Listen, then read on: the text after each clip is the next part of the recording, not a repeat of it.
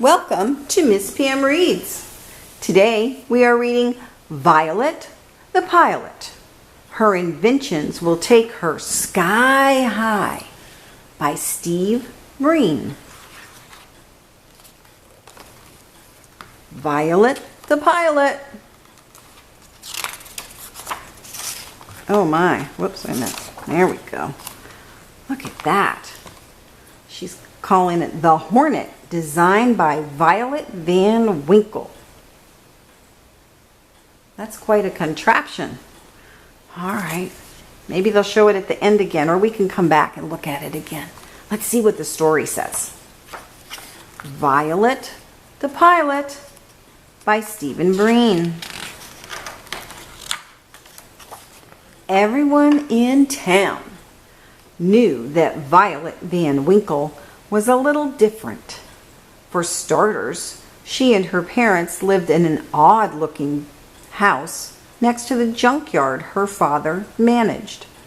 And while other girls were playing with dolls and tea sets, Violet played with monkey wrenches and needle-nosed pliers.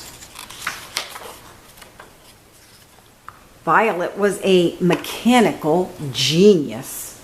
By the time she was 2, she could fix almost any broken appliance in the house. By 4, she could take apart the grandfather clock and completely reassemble it. Since she didn't have any friends aside from her dog, Orville, she would spend hours tinkering with things from the yard. Look here, Orville's got a screwdriver there for her. Violet's parents were very proud of her, although they weren't too happy the time she put a lawnmower engine on her cousin's tricycle. Oh no! The older she got, the more interesting Violet's creations became. Around the time she turned 8, she was building elaborate machines from scratch. And not just any old machines. Flying machines. Her parents couldn't believe their eyes when they saw Violet zoom by for the first time. They were a little worried in the beginning, but they quickly saw that she was a pretty good pilot. "Careful not to hit the house," Violet's father would yell, "and put on a sweater," her mother would add. Violet used anything she could find in the junkyard to make her wonderful contraptions. There was the tub bubbler. Goes with bubbles. And the bicycopter. The rocket can. Wow. The pogo plane. The slide glider, and the wingamajig, to name a few. That's pretty creative. Violet's engineering was pretty sound.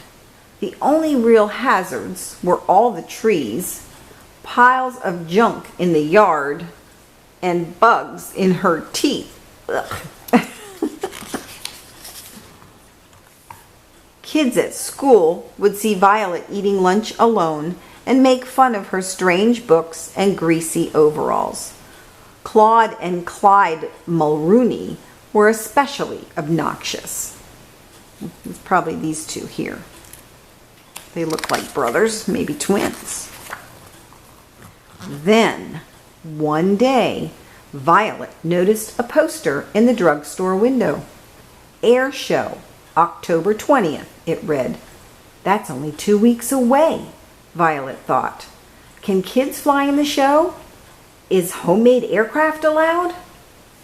That night, Violet sat in her room thinking about the air show. She knew it would be a good feeling if one of her planes won a prize. And maybe then the kids at school would be nice to her. Violet pictured exactly where she would hang her blue ribbon. She and Orville spent the next few days combing the junkyard for just the right materials. When they had collected a giant pile of stuff, the building began. One day, the Mulrooney twins happened to pass by. "Look, it's that girl from school," one of them said. "What are you doing, weirdo?" "I'm building an airplane," she told them.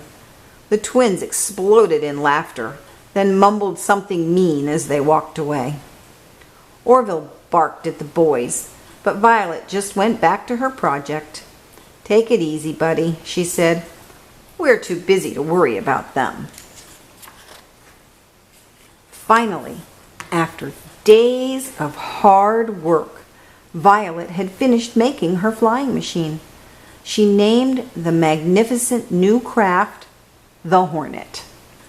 "Wait till the people in the grandstand see me flying this," Violet said to Orville. Look, he's taken a picture of her with her machine. The test flight was a success. It went up and it went over and around. Well, basically she did a loop-de-loop, didn't she? On the day of the big air show, Violet took off, bursting with excitement. Her parents' faces had beamed with pride when they wished her luck, and she thought about that as she flew through the clear autumn sky. She calculated that the trip would take about 20 minutes. She would arrive just in time for the start of the show. Suddenly, something caught Violet's eye in the river. Below, a group of people were waving frantically. Violet lowered her altitude to get a better look. A troop of Boy Scouts had run into trouble while canoeing. Violet knew she had to help, fast. It wasn't easy rescuing all the boys, but Violet piloted the Hornet with careful precision. Look, and they're all getting up in the plane with her, right? In the Hornet. Saving the Scoutmaster from going over the falls was particularly dangerous. Violet dropped the grateful Scouts off at the hospital. Then she checked her watch. 3:30, she said to Orville sadly. "We've missed the air show." She turned her plane toward home and sighed. It was a miserable feeling. That evening, Violet had no appetite for dinner. She just went upstairs and sat on her bed. All of a sudden, she heard lots of noise outside the house.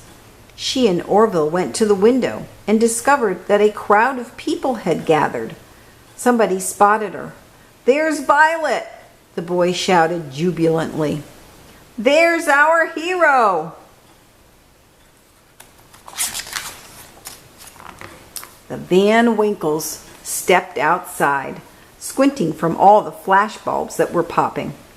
The press, the mayor, the fire and police chiefs, even kids and teachers from school had all learned of the rescue that day and come to praise her. "Young lady, please accept this Medal of Valor as a token of our gratitude and esteem," said the mayor, and he gave Orville a new collar with a license that read K9 Hero. From that day on, Violet's parents let her fly whenever she wanted, but her mom still made her wear a sweater. The end. Oh, look, they are going to give us another chance here at this picture.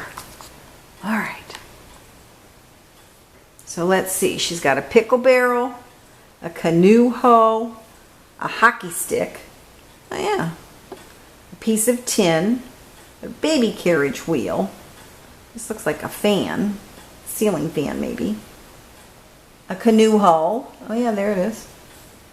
Souped up weed whacker, oh yeah, see it? Spatula. Rowboat, I guess the main part was a rowboat. motorcycle headlight, flashlight, tool shed window, pickup truck side view mirror, bike horn, leather recliner, wooden chair for the co-pilot. Wow. And it worked in a story. Well, that was exciting. Thank you so much for joining me for Miss PM Reads. Have a great day. Bye.